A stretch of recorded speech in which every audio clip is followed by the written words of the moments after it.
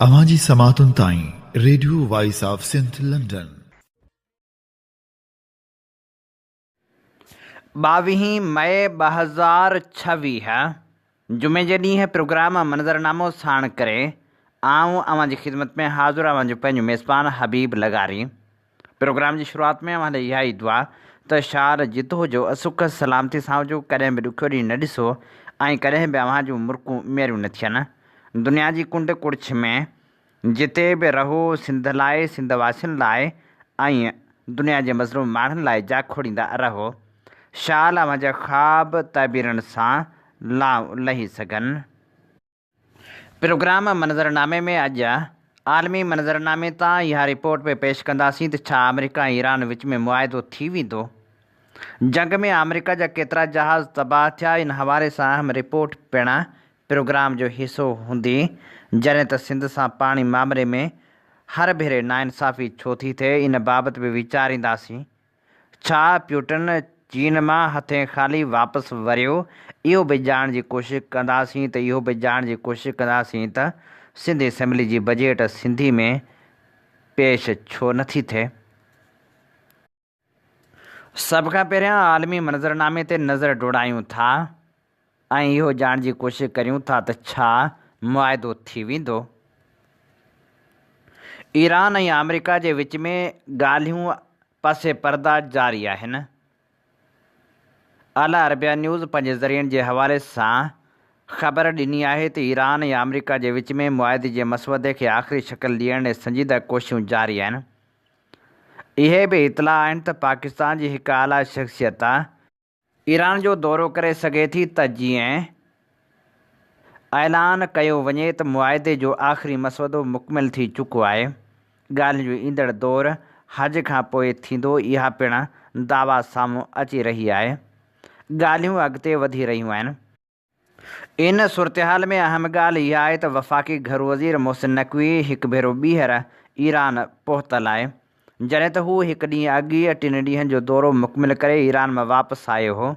वरी मोहसिन नक़वीअ जे ईरान जे घरू वज़ीर सां गॾु ईरान जे पासदारनि इनक़लाब जे कमांडर सां बि अहम मुलाक़ात थी आहे। अहम वहीदी खे इंतिहाई बाअसर शख़्सियत सम्झो वञे थो, तंहिं करे उहा मुलाक़ात अहम करार ॾिनी पई वञे। मोहसिन नक़वीअ जे ईरान जी सदर सां पिणु मुलाक़ात थी आहे। उन खां अॻु गुज़िरियल हफ़्ते मोहसिन नक़वी तहरान पहुतो हो, जिते हुन ईरान जी सियासी क़यादत सां मुलाक़ातूं कयूं हुयूं, जिन में ईरान जे सदर मसूद, पार्लियामानी स्पीकर ऐं परॾेही वज़ीर बि शामिलु हुआ। जंहिंखां पोइ हू पाकिस्तान वापसि अची वियो हो, पर पाकिस्तान पहुचण खां सिर्फ़ु 24 कलाकनि बाद ई मोहसिन नक़वी ॿीहर ईरान रवानो थी वियो ऐं हुन काल्ह ईरान जे अहम फ़ौजी अमलदारनि सां मुलाक़ातूं कयूं आहिनि। जॾहिं त वधीक मुलाक़ातुनि जो बि इम्कान ज़ाहिर कयो पिए वियो। असांखे इहे बि इतला मिलिया आहिनि त अरब मुल्क बि हिन समूरे अमल जो हिसो आहिनि ऐं पाकिस्तान दोस्त मुल्कनि खे एतमाद में वठी अॻिते वधी रहियो आहे। इतलाउनि मूजिबि सऊदी अरब, क़तर ऐं हाणे गॾियल अरब अमारात पिणु ॻाल्हियुनि ज़रिए मामला हल करणु चाहिनि था। हिन वक़्तु चाइना, तुर्की, सऊदी अरब, क़तर ऐं गॾियल अरब अमारात ॿिन्ही यानी अमेरिका ऐं ईरान खे इहो ई पैगाम ॾिनो आहे त स्टेटस को बहाल कयो वञे ऐं अहिड़ी रीति बहाल कयो वञे जीअं 28 फरवरी ते जंग शुरू थियण खां अॻु सूरतहाल हुई। हाणे ईरान खे फ़ैसिलो करिणो आहे त हूअ उन लाइ राज़ी थिए थो या न, ऐं अमेरिका खे बि इहो तइ करिणो आहे त हूअ ईरान खे मुस्तक़बिल बाबति कहिड़ियूं ज़मानतूं ॾियण लाइ तयारु आहे। असांजे इतलाउनि मूजिबि ॻाल्हियुनि ज़रिए मसइलनि जो हल निकिरण जो इम्कानु मौजूदु आहे, पर डोनाल्ड ट्रंप जी शख़्सियत खे नज़र में रखंदे जंग जो ख़तरो बि बरक़रार आहे। आलमी मार्केटनि में बि गैर यकीनी वारी सूरतहाल आहे। ट्रंप बयानु ॾींदे चयो आहे त जेकॾहिं मुआहिदो न थियो त जुमे या छंछरु ते अमेरिका ईरान ते हमिलो करे सघे थो। ट्रंप इहो बि चयो त ॻाल्हियुनि में अॻभराई थी रही आहे ऐं ईरानी अमलदार मुआहिदे लाइ मिनथूं करे रहिया आहिनि, पर अमेरिका जे नाइब सदर वाइट हाउस में ब्रीफिंग दौरान चयो त ॻाल्हियुनि में अॻभराई थी रही आहे ऐं सदर ट्रंप मुआहिदो करणु चाहे थो, पर जेकॾहिं ईरान मुआहिदो नथो करे त असां वटि फ़ौजी ऑप्शन बि मौजूदु आहे जंहिं ते असां अमल करणु नथा चाहियूं। हुन चयो त असां सम्झूं था त वॾी अॻभराई थी आहे असां सम्झूं था त ईरान मुआइदो करणु चाहे थो। सदर ट्रंप असांखे हिदायत कई आहे त नेक नियती सां ॻाल्हियूं कयूं वञनि। असां बिल्कुलु ईअं ई कयो आहे। उन करे हिन वक़्तु असां सुठी पोज़ीशन में आहियूं।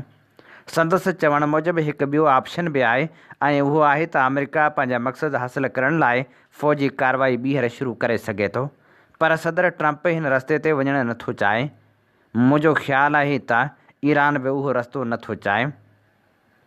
हुन वधीक चयो त हाणे असां वटि हिकु मौक़ो मौजूदु आहे, पर ताड़ी ॿिनि हथनि सां वॼंदी आहे। असां अहिड़ो को मुआइदो न कंदासीं जेको ईरान खे एटमी हथियार हासिलु करण जी इजाज़त ॾिए।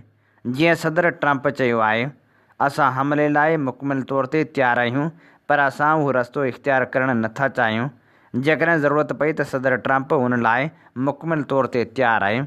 उन खां अॻु ट्रंप ईरान ख़िलाफ़ु तजवीज़ कयल हमलनि खे मुलतवी करण जी दावा करण बैदि चयो हो त उहे हमला 2 या 3 ॾींहंनि अंदरि या जुमे, छंछरु या ईंदड़ हफ़्ते जी शुरूआति में थी सघनि था। इन सॼी सूरतहाल में ट्रंप जे धमकियुनि ते ईरानी अमलदारनि जो सख़्तु रद्दअमल बि साम्हूं आयो आहे। ईरानी मीडिया मूजिबि ईरान जे पासदारनि इनक़लाब ख़बरदार कयो आहे त जेकॾहिं अमेरिका ऐं इसराइल ॿीहर जारियत कई त हीउ तकरार सिर्फ़ु ख़िते ताईं महदूदु न रहंदो, पर उनखां अॻिते बि पखिड़िजी सघे थो। ईरान जो चवणु आहे त हिन वक़्त ताईं हुन सब्र ऐं तहमुल जो मुज़ाहिरो कयो आहे, पर जेकॾहिं संदसि ख़ुदि मुख़्तियारी खे ॿीहर चैलेंज कयो वियो त पोइ संदसि रवैयो तब्दील थी सघे थो। हाणे जॾहिं मुआइदे जूं ॻाल्हियूं थी रहियूं आहिनि, तॾहिं सवालु इहो बि आहे त अमेरिका जी फ़िज़ाई नुक़साननि बाबति केतिरो काथो लॻायो वियो आहे। इन सिलसिले में कांग्रेस में रिपोर्ट पेश कई वई, जेका असीं अव्हां जे समातनि जी नज़र करियूं था। अमरीकी कांग्रेस पारां ईरान जंग दौरान अमरीकी फ़िज़ाई खे पहुतल नुक़साननि बाबति हिकु तफ़सीली रिपोर्ट जारी कई वई आहे, जंहिंमें चयो वियो आहे त हिन जंग दौरान अमेरिका जा 42 जहाज़ तबाह थिया या नुक़सान जो शिकार बणिया। हीअ रिपोर्ट अमरीकी कांग्रेस जी कांग्रेशनल रिसर्च सर्विस CRS तयारु कई आहे ऐं उहा अमरीकी कांग्रेस जी वेबसाइट ते पिणु मौजूदु आहे। CRS पार्टीअ वाबस्तगी खां सवाइ अमरीकी कांग्रेस जे ॿिन्ही ऐवाननि जे मेंबरनि खे पॉलिसी मामलनि ते तजिया फ़राहम कंदी आहे।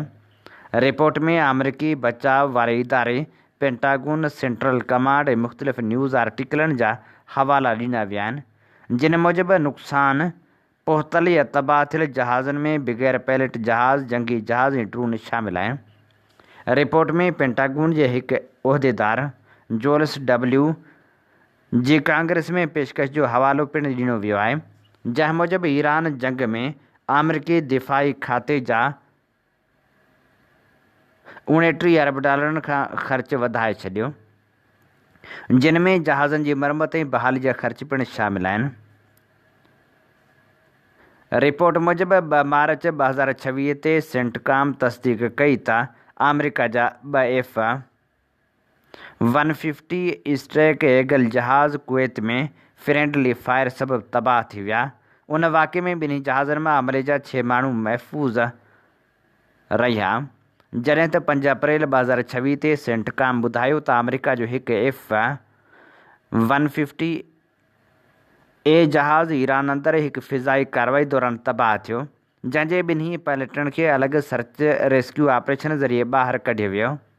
रिपोर्ट में 19 मार्च जी हिकु न्यूज़ आर्टिकल जो हवालो ॾींदे चयो वियो आहे त जंगी कार्रवाइनि दौरान ईरानी ज़मीनी फायरिंग हिकु F-35A जहाज़ खे नुक़सानु पहुचायो। उन वक़्तु अमरीकी सेंट्रल कमांड तस्दीक कई हुई त हिकु अमरीकी जंगी जहाज़ खे ईरान जे फ़िज़ाई हदनि में मिशन खां पोइ विच ओभर जे हिकु हवाई अॾे ते एमरजेंसी लैंडिंग कराई वई हुई। सेंटकॉम में पंहिंजे बयान में चयो वियो आहे त जहाज़ महफ़ूज़ तरीक़े सां लही वियो हो ऐं पायलट जी हालत बि मुस्तहकम हुई। जेतोणीकि वधीक तफ़सील जारी न कया विया, पर अमरीकी नशरियाती इदारे CNN दावा कई त जहाज़ खे मुबैना तौरु ईरान निशानो बणायो हो। अमरीकी कांग्रेस जी रिपोर्ट में चयो वियो आहे त 6 अप्रैल 2026 ते गॾियल चीफ्स ऑफ स्टाफ जे चेयरमैन जनरल डेन केन हिकु न्यूज़ कॉन्फ्रेंस दौरान ॿुधायो त 3 अप्रैल ते दुश्मन जी फायरिंग सबबि हिकु A-10 जहाज़ निशानो बणियो। जेको बाद में तबाह थी वियो, जॾहिं त पायलट अॻी महफ़ूज़ तौरु ॿाहिरि निकिरी वियो हो। 12 मार्च 2026 ते सेंटकाम इतला ॾिनी त इराक़ जे फ़िज़ाई हदनि में 2 KC-135 टैंकर जहाज़नि जी पाण में टकर सबबि हिकु जहाज़ तबाह थी वियो, जॾहिं त ॿियो महफ़ूज़ लैंडिंग करण में कामयाबु थियो। तबाह थियल जहाज़ में मौजूदु अमले जा सभई 6 माण्हू मारिजी विया। उहे जहाज़ फ़िज़ा में जंगी जहाज़नि खे ॿारणु फ़राहम करण लाइ इस्तेमालु थींदा आहिनि। रिपोर्ट में चयो वियो आहे त 14 मार्च जे हिकु न्यूज़ आर्टिकल मूजिबि ईरानी मिज़ाइल ऐं ड्रोन हमलनि दौरान सऊदी अरब जे शहज़ादे सुल्तान एयरबेस ते बीठल 5 जहाज़नि खे बि नुक़सानु पहुतो। 28 मार्च ते साम्हूं आयल ख़बर मूजिबि हिकु A3 जहाज़ सऊदी अरब जे शहज़ादे सुल्तान एयरबेस ते मिज़ाइल ऐं ड्रोन हमले दौरान तबाह थियो। 7 मई ते ॿुधायो वियो त उहो जहाज़ हिकु गैर महफ़ूज़ टैक्सी वारे इलाइक़े में बीठो हो। कांग्रेस जी रिपोर्ट में 9 अप्रैल जी हिकु न्यूज़ आर्टिकल जो हवालो ॾिनो वियो आहे, जंहिं मूजिबि ऑपरेशन इपिक फ्यूरी दौरान अमेरिका जा 24 ड्रोन जहाज़ तबाह थिया। रिपोर्ट मूजिबि उन्हनि में घटि ऐं वधीक ऊचाई ते उॾाम कंदड़ MQ-9 रीपर ड्रोन शामिलु हुआ। रिपोर्ट में इहो बि चयो वियो त जंग दौरान हिकु वधीक ऊचाई ते उॾामदड़ MQ-4C ड्रोन बि तबाह थियो। वाज़ह रहे त अमरीकी अमलदार ईरान जंग दौरान बार बार दावा कंदा रहिया आहिनि त हुननि घणा मक़सद हासिल करे वरिता आहिनि। सदर ट्रंप बि केतिरनि ई मौक़नि ते चवंदो रहियो आहे त ईरान जी फ़िज़ाया फ़ौज ऐं नेवी खे तबाह कयो वियो आहे। ॿिए तरफ़ ईरान अञा ताईं जंग में थियल पंहिंजे नुक़सान जा तफ़सील ज़ाहिर नाहिनि कया ऐं अञा बि इहा दावा करे रहियो आहे त हू अमेरिका ख़िलाफ़ जंग जारी रखण जी सलाहियत रखे थो। अवांजी समातुनि ताईं radio voice of Sindh London. हीअं ॿुधी रहिया आहियो radio voice of Sindh London. अवांजी ख़िदमत में प्रोग्राम पेश कयो पियो वञे मंज़रनामो। मंज़रनामे सां आऊं अवांजी ख़िदमत में हाज़िर अवांजो पंहिंजो मेज़बान हबीब लगारी। जीअं तव्हीं ॼाणो था त असीं radio voice of Sindh London तां अवांजी ख़िदमत में उहे प्रोग्राम पेश कंदा आहियूं जिन में सचाई जा सॾ हूंदा आहिनि, जिन में तारीख़ जा अमल वर्क हूंदा आहिनि। असीं चाहियूं था त हीउ सफ़र सफलता माणे, जंहिं लाइ असांखे अवांजे साथ ऐं सहकार जी ज़रूरत आहे। अचो इन सफ़र में असां सां ज़रूरु हमक़दम बणिजो। सिंध में आख़िर बजट छाजे करे सिंधी ॿोली में पेश न कई वेंदी आहे? नामियारो लेखक अमीन अरबाब लिखे थो, सिंधी असेंबली जेका बजट बि सिंधी ॿोली में पेश कंदी हुई, उन असेंबली जो सिंधी मेंबर हाणे सिंधी मेंबरनि जी अक्सरियत वारे ऐवान में बि उर्दू ॻाल्हाइण ते वॾी लय थो सम्झे। तव्हां गुज़िरियल साल ॿिनि जूं वीडियोज़ खोले ॾिसो, जंहिंमें केतिरा ई सिंधी मेंबर सिंधी जी बजाए उर्दू में ॾारो भीड़ींदे नज़र ईंदा।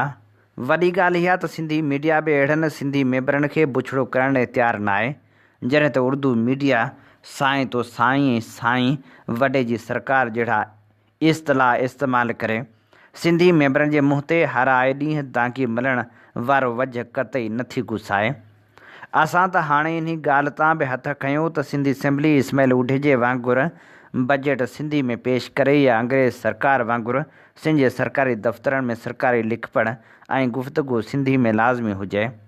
पर घटि में घटि सिंध जे सरकारी असेंबली में सरकारी सिंधी मेंबरनि जा चप त सिंधी ॿोली लाइ पाण मुरादो सिबियल न हुजनि। सिंधी लैंग्वेज अथॉरिटी जेको सिंधी ॿोली जो प्रचारक कंदड़ ऐं क़ाबिल एतिराम इदारो आहे, उनखे घुरिजे त हू उन ॾस में पंहिंजो किरदारु अदा करे ऐं स्पीकर खे झटि ख़त लिखी इहो अहसासु ॾियारे त घटि में घटि उन्हनि असेंबली मेंबरनि खे त सिंधी में ॻाल्हाइण जो पाबंद करे जेके सिंधी ॻाल्हाए सघनि था। सिंध सां नाइंसाफ़ियुनि जी तारीख़ ॾाढी पुराणी आहे। हर मामले में सिंध सां नाइंसाफ़ियूं थींदियूं रहनि थियूं, पर बिजली वारे मामले में त सफ़ा वॾी नाइंसाफ़ी थी रही आहे। 1991 जो पाणी ठाह मुल्क जे सूबनि विच में पाणी जी मुनसिफ़ाणी विरछले हिकु अहम मुआहिदो हो, जंहिं तहत सिंध जे हिसे जो वाज़ह तयन कयो वियो हो, पर हक़ीक़त इहा आहे त अॼु ताईं उन ठाह ते बि अमल थी नाहे सघियो। सिंध जे हिसे जो पाणी मथे रोकियो वञे थो ऐं जॾहिं बि सिंध में पाणी जी खोट पैदा थिए थी तॾहिं पंजाब पारां ताक़त जे ज़ोर ते चश्मा जहलम लिंक कैनाल ऐं तोसा पंजनंद लिंक कैनाल खोलिया वञनि था। उहे लिंक कैनाल असल में सिर्फ़ु ॿोड़ या दरिया में चाढ़ वारी सूरतहाल में हलाइण लाइ ठाहिया विया हुआ, पर पंजाब उन्हनि खे मुस्तक़िल वाहन में तब्दील करे छॾियो आहे। गुज़िरियल हिकु महीने खां पंजाब रोज़ानो चश्मा जहलम लिंक कैनाल में 10,000 क्यूसिक ऐं तोसा पंजनंद लिंक कैनाल मां 8,122 क्यूसिक पाणी खणी रहियो आहे, जॾहिं त सिंध जे वाहन में पाणी जी सख़्त खोट आहे। इहो अमल न सिर्फ़ु 1991 वारे ठाह जे रूह जे उबतड़ आहे, पर वफ़ाक़ी इंसाफ़ जे तस्वर ते बि सवाल उथारे थो। हैरत जहिड़ी ॻाल्हि इहा आहे त इंसाफ़ जे तस्वर ते बि सवाल उथनि था ऐं इरसा जहिड़ो इदारो जेको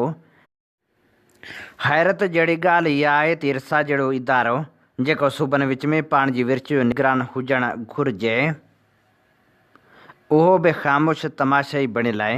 सूबनि जे हक़नि जी हिफ़ाज़त लाइ ठहियल इदारा जेकॾहिं ख़ामोश रहनि त पोइ निडनि सूबनि जो एतमाद कीअं बहाल रहंदो। सिंध जे आबादगारनि जी हालत इंतिहाई ख़राब थी चुकी आहे। पाणी खोड़ जे करे फसल सुकी रहिया आहिनि, ज़मीनूं बंजर बणिजी वियूं आहिनि। हाणे ज़रूरत इन ॻाल्हि जी आहे त 1991 वारे पाणी ठाह ते मुकमिल ईमानदाराणो अमल करायो वञे। चश्मा जहलम लिंक कैनालनि खे रुॻो उन वक़्तु हलायो वञे जॾहिं दरिया में इज़ाफ़ी पाणी मौजूदु हुजे। इरसा खे आज़ादु ऐं गैर जानिबदार इदारो बणायो वञे जेको कंहिं बि सियासी या इंतिज़ामी दबाव खां आज़ादु थी फ़ैसिला करे सघे। गॾोगॾु सिंध हुकूमत खे बि रुॻो बयाननि ताईं महदूद रहण बदिरां अमली ऐं सघारो एहतिजाज करणो पवंदो। जेकॾहिं अॼु बि सिंध जे पाणी बाबति संजीदा क़दम न खयां विया त सुभाणे सूरतहाल वधीक ख़तरनाक थी सघे थी। सिंधु दरिया सिंध जी ज़िंदगी आहे ऐं जेकॾहिं दरिया सुकी वियो त सिंध जी ज़राइत, मईशत, माहौल ऐं सक़ाफ़त सभु कुझु ख़तरे में पइजी वेंदो। पाणी जे हिन मुसलसल धाड़े ख़िलाफ़ हाणे सिर्फ़ु एहतिजाज न पर क़ौमी सतह ते संजीदा ऐं मुनसिफ़ाणी पॉलिसी जी ज़रूरत आहे। सिंध पंहिंजे हिसे जो पाणी घुरी रही आहे। इंसाफ़ जी तक़ाज़ा इहा ई आहे त सिंध खे उन जो जाइज़ हक़ न ॾिनो वञे, छो त पाणी ते इंसाफ़ ई वफ़ाक़ जी बका जी ज़मानत आहे। ऐं हाणे आलमी मंज़रनामे तां ख़ुसूसी रिपोर्ट अव्हांजे समातनि जी नज़र करियूं था, जंहिंजो उनवान आहे त छा प्यूटन चीन मां ख़ाली हथे वापसि वरियो। हिकु लम्हे लाइ तव्हांखे बीजिंग ऐं मॉस्को लॻी सघे पई जॾहिं व्लादिमीर प्यूटन ऐं ज़ी जिनपिंग ॻाढ़े ॻाल्हियुनि ते हलंदे great hall of the people ॾांहुं वधी रहिया हुआ त हिकु चीनी फ़ौजी बैंड रूसी रोमानवी क्लासिकल गीत मॉस्को नाइट्स वॼाए रहियो हो। हिन गीत जा लफ़्ज़ आहिनि, काश तव्हां ॼाणो हा त मॉस्को जूं ही रातियूं मूं लाइ केतिरियूं प्यारियूं आहिनि। छा उन्हनि धुननि में सियासी रोमांस जी का झलक मौजूदु हुई? शायदि ब्रोमेंस बि।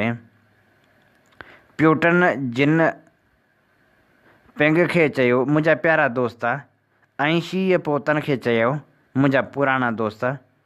उहे ॿिनि अहिड़नि अॻुवाण जा लफ़्ज़ हुआ जेके इहो ॾेखारणु पसंदि कनि था त उन्हनि जो हिकु ख़ासि तालुक़ु आहे, ऐं अहिड़ो तालुक़ु ॾेखारण लाइ खेनि काफ़ी वक़्तु बि हल्को थियणो पवे थो। पंहिंजे अवामी बयाननि में हिननि ॿिन्ही मुल्कनि जे विच में स्ट्रेटजिक ताउन, गॾियल एहतराम, दोस्ती ऐं एतमाद जहिड़नि लफ़्ज़नि जो इस्तेमालु थी रहियो आहे। ॿिन्ही गॾिजी अमेरिका जे गैर ज़िम्मेवाराणे एटमी पॉलिसी ते तनक़ीद कई ऐं डोनाल्ड ट्रंप जे गोल्डन डोम मिज़ाइल दिफ़ाई हमलनि जी मज़म्मत कई। हिकु ॾींहुं अॻु रूसी सरकारी अख़बार पंहिंजे पहिरें सुफ़े ते ॿ वॾियूं तस्वीरूं शाया कयूं। हिकु तस्वीर में चीन जे दौरे जी पुॼाणी ते एयरफोर्स वन जे ॾाकणे ते चढ़ंदड़ ट्रंप खे ॾेखारियो वियो हो, जॾहिं त ॿी पुराणी तस्वीर में प्यूटन ऐं चीनी सदर खे गॾु ॾिसी सघिजे थो। बसरी पैगाम वारे मामले ते ॻाल्हाइणो हो, पर जेसी सब्ज़ी वठी अचे त आलमी स्टेज ते रूस ऐं मूंखे चिटी तरह यादि आहे त उन ज़माने में साईं बचाणी साहिब ईद जे भरिसां रिहाइश पज़ीर हुआ। प्यूटन ऐं शी जिनपिंग जी मुलाक़ात मां इहो बि वाज़िह थियो त हिन दोस्ती जूं ॿ हदियूं आहिनि। मिसाल तौरु तवानाई शोबे खे ॾिसो। रूस पावर ऑफ साइबेरिया 2 नाले नए पाइपलाइन मनसूबे खे अॻिते वधाइणु चाहे थो ऐं खेसि उमेदु हुई त बीजिंग में इन हवाले सां अॻिभराई थींदी। हीअ पाइपलाइन ओलह साइबेरिया मां मंगोलिया जे रस्ते उतर चीन ताईं इज़ाफ़ी रूसी गैस पहुचाईंदी, जंहिंसां यूरोपी मार्केटुनि ताईं रसाई न हुजण सबबि रूस खे थींदड़ नुक़सान जी तलाफ़ी थी सघंदी। गुज़िरियल साल रूस ऐं चीन हिन मनसूबे बाबति मुफ़ाहिमती यादाश्त सयूं कयूं हुयूं, पर बीजिंग घणी जल्दी में नज़र नथो अचे। क़ीमतनि सां लाॻापियल मसइलनि खां सवाइ कुझु मुबसरनि जो ख़्यालु आहे त गुज़िरियल सेप्टेम्बर में घुमंदे चीन जे सदर शी जिनपिंग ऐं रूस जे सदर प्यूटन इंसानी उज़वनि जी पेवंदकारी ज़रिए ज़िंदगी डिघी थियण बाबति ॻाल्हाईंदे नज़र आया हुआ। प्यूटन जे तर्जुमे खे चवंदे ॿुधो वियो, इंसानी अज़मतनि जी लॻातार पेवंदकारी करे सघिजे थो। गुज़िरियल सेप्टेम्बर में घुमंदे चीन जे सदर शी जिनपिंग ऐं रूस जे सदर व्लादिमीर प्यूटन इंसानी उज़वनि जी पेवंदकारी ज़रिए ज़िंदगी डिघी थियण बाबति ॻाल्हाईंदे नज़र आया हुआ। प्यूटन जे तर्जुमे खे चवंदे ॿुधो वियो, इंसानी उज़वनि जी लॻातार पेवंदकारी करे सघे थी। उन खां सवाइ चीन जा बि केतिरा ई शर्त आहिनि। जॾहिं त साईं करीम शर वारो मामिरो पिणु साम्हूं रखंदासीं, छो त अव्हांखे उन जा नतीजा ॻोल्हणा आहिनि ऐं अव्हांखे कुझु न कुझु रिफ्रेशमेंट कराइणी आहे।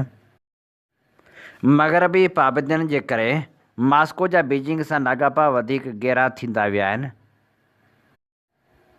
2022 में यूक्रेन ते हमले खां पोइ रूसी जंग मशीन लाइ ज़रूरी क़दमनि ऐं टेक्नोलॉजी जी फ़राहमी में चीन ते इन्हिसार बाबति वीडियो पिणु वल्हाई वई हुई। 2022 में यूक्रेन ते हमले खां पोइ रूस जी जंगी मशीन लाइ ज़रूरी पुर्ज़नि ऐं टेक्नोलॉजी जी फ़राहमी चीन ते इन्हिसार वधी वियो आहे। हीअ असीं अव्हांजे समातनि जी नज़र करे रहिया हुआसीं ख़ुसूसी रिपोर्ट। अव्हां जी समातुनि ताईं radio voice of Sindh London. हीअं ॿुधी रहिया आहियो radio voice of Sindh London. अव्हांजी ख़िदमत में प्रोग्राम पेश कयो पियो वञे मंज़रनामो। मंज़रनामे साण आऊं अव्हां सां मुख़ातिबु पंहिंजो मेज़बान हबीब लगारी। ऐं हाणे प्रोग्राम में सिलसिलो पेश करियूं था हिकु शाइर। नामियारे शाइर आशिक़ चांडियो जी ख़ूबसूरत शाइरी असीं पेश कंदासीं आशिक़ चांडी जे किताब अखियुनि में इश्क मंझां चूंड करे। अखियुनि में इश्क ताज़ो छपिजी मंज़र आम ते आयो आहे, जॾहिं त हीअ किताब मुर्क पब्लिकेशन कराची पारां छपराए मंज़र आम ते आंदो वियो आहे। आशिक़ चांडियो पंहिंजे ख़ूबसूरत ग़ज़ल में लिखे थो, जो बि तुंहिंजे प्यार खां ख़ाली, हर लम्हो करार खां ख़ाली, यादि नाहे त मूं गुज़ारी आहे का घड़ी इंतज़ार खां ख़ाली, ज़िंदगी तो बिना बुसी आहे जीअं घरड़ो को ॿार खां ख़ाली, मुर्क आशिक़ मिले न पैसनि सां मोटणो पियो बाज़ार खां ख़ाली। सिधो थी मूंसां सिधी ॻाल्हि कर, दिलासो न दलबो न ॿी ॻाल्हि कर, वरी तोखां वाइदो न विसरी वञे, वराए वराए वरी ॻाल्हि कर, हुजां आस में या पलियां आसरो, चपनि में न चो तूं चिटी ॻाल्हि कर, नज़र आ निभागनि जी पंहिंजे मथां, रक़ीबनि खां चोरी छुपी ॻाल्हि कर, वञी थो भले वञ मगर ख़ैर सां, सुभाणे ते ईंदे सची ॻाल्हि कर, चरिया कुर्ब में कुर कबो कोन आ, खिले थो ज़मानो खिली ॻाल्हि कर, वञी थो भले वञ मगर ख़ैर सां, सुभाणे ते ईंदे सची ॻाल्हि कर, चरिया कुर्ब में कुर कबो कोन आ, खिले थो ज़मानो खिली ॻाल्हि कर, कननि में कपह अथई हिते लोक खे, उथी यार आशिक़ उथी ॻाल्हि कर। आशिक़ लिखे थो, इश्क दुश्वार आ मसइलो आ, प्यार को प्यार आ मसइलो आ, यार गॾा तबे परेशानी, हू अगरि धार आ मसइलो आ, वक़्ता नांग थी लॻो मूंखे, वार ते वार आ मसइलो आ, दा हाणे ॾिबी भिटाई खे, हाउ ते बारा माहौल आहे। हिननि ॾुखनि ॾाखड़नि वारे जहान में जिते फ़न बेक़दरी जी बाज़ार में रुसवा थी रहियो आहे, उते फ़नकार बि ॼण त पंहिंजे फ़न खां महरूम थींदा पिया वञनि। इहो बि केॾो वॾो आलिमियो आहे जो हर इलाइक़ो मंशा जो गढ़ बणिजंदो पियो वञे। हिकु पासे पुलिस वॾा वॾा पंफलेट ठाराए रही आहे ऐं डीलरनि ख़िलाफ़ु हिकिड़ी मुहिम शुरू कई वई आहे, त ॿिए पासे वरी माठी घणो वांगुरु माना माण्हू माठ करे वेंदो आहे। पाणी, तेल ऐं गैस वारे मामले ते त नाइंसाफ़ियूं थी रहियूं आहिनि, पर 28वीं तरमीम जा बि मुख़्तलिफ़ अफ़वाह साम्हूं अची रहिया आहिनि।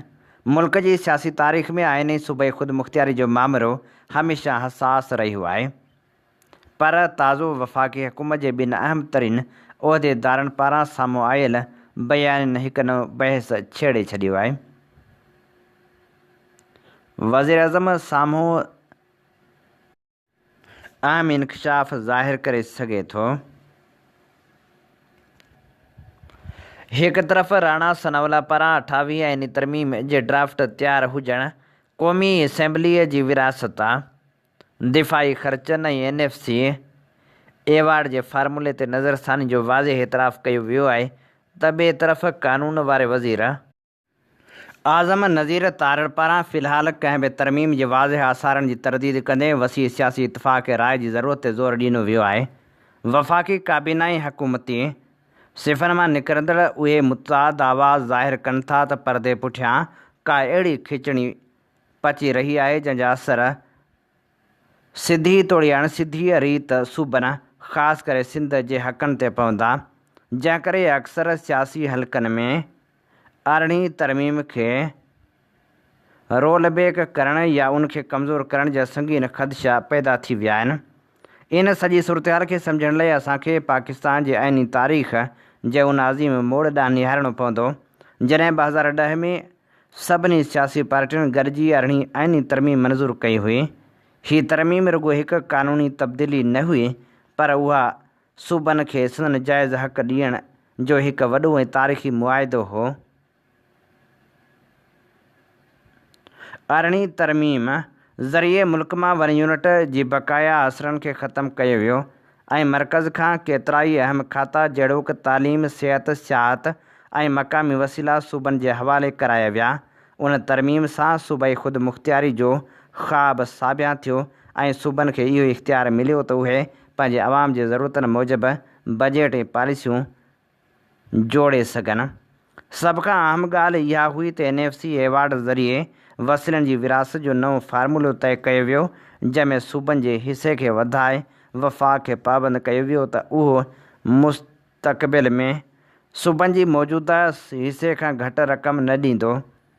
हिन तरमीम मुल्क में जमहूरियत खे मज़बूत कयो ऐं निढनि सूबनि में सालनि खां मौजूदा अहसास महरूमी खे घटाइण में वॾो किरदारु अदा कयो। पर हाणे राणा सनावला जे बयान मां जेके इशारा मिली रहिया आहिनि उहे इंतिहाई परेशान कंदड़ आहिनि। हिन वक़्तु वफ़ाक़ ऐं सूबाई हुकूमतनि विच में वसीलनि जी विरासत खे इंतिज़ामी नाइंसाफ़ी ते ॿधल करार ॾिनो पियो वञे। वफ़ाक़ी हुकूमत जे उहिदेदारनि जे बयाननि में मौजूदु तज़ाद रुॻो लफ़्ज़नि जी हेराफेरी नाहे, पर उहा मर्कज़ जी उन सोच जी अक्कासी आहे जेका सूबनि खे मिलियल इख़्तियारनि खे हिकु भेरो ॿीहर पंहिंजी मुठ में करणु चाहे थी। 28वीं तरमीम जे नाले ते अरिड़हीं तरमीम जे रूह खे मस्ख़ करण जी कंहिं बि कोशिश जी सख़्ती सां मुखालफ़त थियणु घुरिजे। मुल्क जी बक़ा ऐं मज़बूत ख़ुदि मुख़्तियार ऐं ख़ुशहाल सूबनि ते ॿधल हक़ीक़ी वफ़ाक़ में ई मुल्क जी बहितरी आहे। टंडो अलहियार मंशात मुफ़ाद मुसलतनि जो सियासी क़ब्रिस्तान जे उनवान हेठि टंडे अलहियार मां मीर परवेज़ ॾियारे मोकिली ख़ूबसूरत लिखणी। टंडो अलहियार पंहिंजी ज़राइत ऐं अंबनि जी मिठास जे करे मशहूरु हो। अॼु इंतिज़ामी करप्शन ऐं मंशा जे ज़हर जी लपेट में आहे, जिते अवाम जे हक़नि जो सौदो वॾी महारत सां कयो वेंदो आहे। सभ खां तकलीफ़ ॾींदड़ पहलू इहो आहे त पुलिस जंहिंखे अवाम जी जान ऐं माल जी हिफ़ाज़त करणी आहे, उहा मंशा जे धंधे जे सभ खां वॾी सहूलियतकार बणियल आहे। मनशा जा अॾा वर्दी जी सरपरस्ती खां सवाइ नथा हली सघनि। घटी घटी में विकामदड़ ज़हर नौजवान नस्ल खे गड़काए रहियो आहे, पर थाणेदारनि जूं टेजोड़ियूं भरिजी रहियूं आहिनि। सियासी गठजोड़ खेनि हिकु अहिड़ी ढाल फराहम करे छॾी आहे। एहतसाब जा सभई इदारा संदन करप्शन ते हथ नथा विझनि। ज़िले जे रोडनि जी तइमीर ऐं ॿिया कम रुॻो काग़ज़नि में नज़र अचनि था। जेकॾहिं को इंफ्रास्ट्रक्चर या रोड रस्तो ठहे बि थो त उहो अहिड़ो नाक़िस हुजे थो जो पहिरियां ई बरसाति में वेही वञे थो। हाणे ज़रूरत इन ॻाल्हि जी आहे त जेतिरो हिन पासे ख़र्च थी रहियो आहे उन मां घटि में घटि बाईपास ठाहिया वञनि त जीअं ईंदड़ वेंदड़ गाॾियुनि खे आसानी थी सघे। अवां जी समातुनि ताईं radio voice of Sindh London.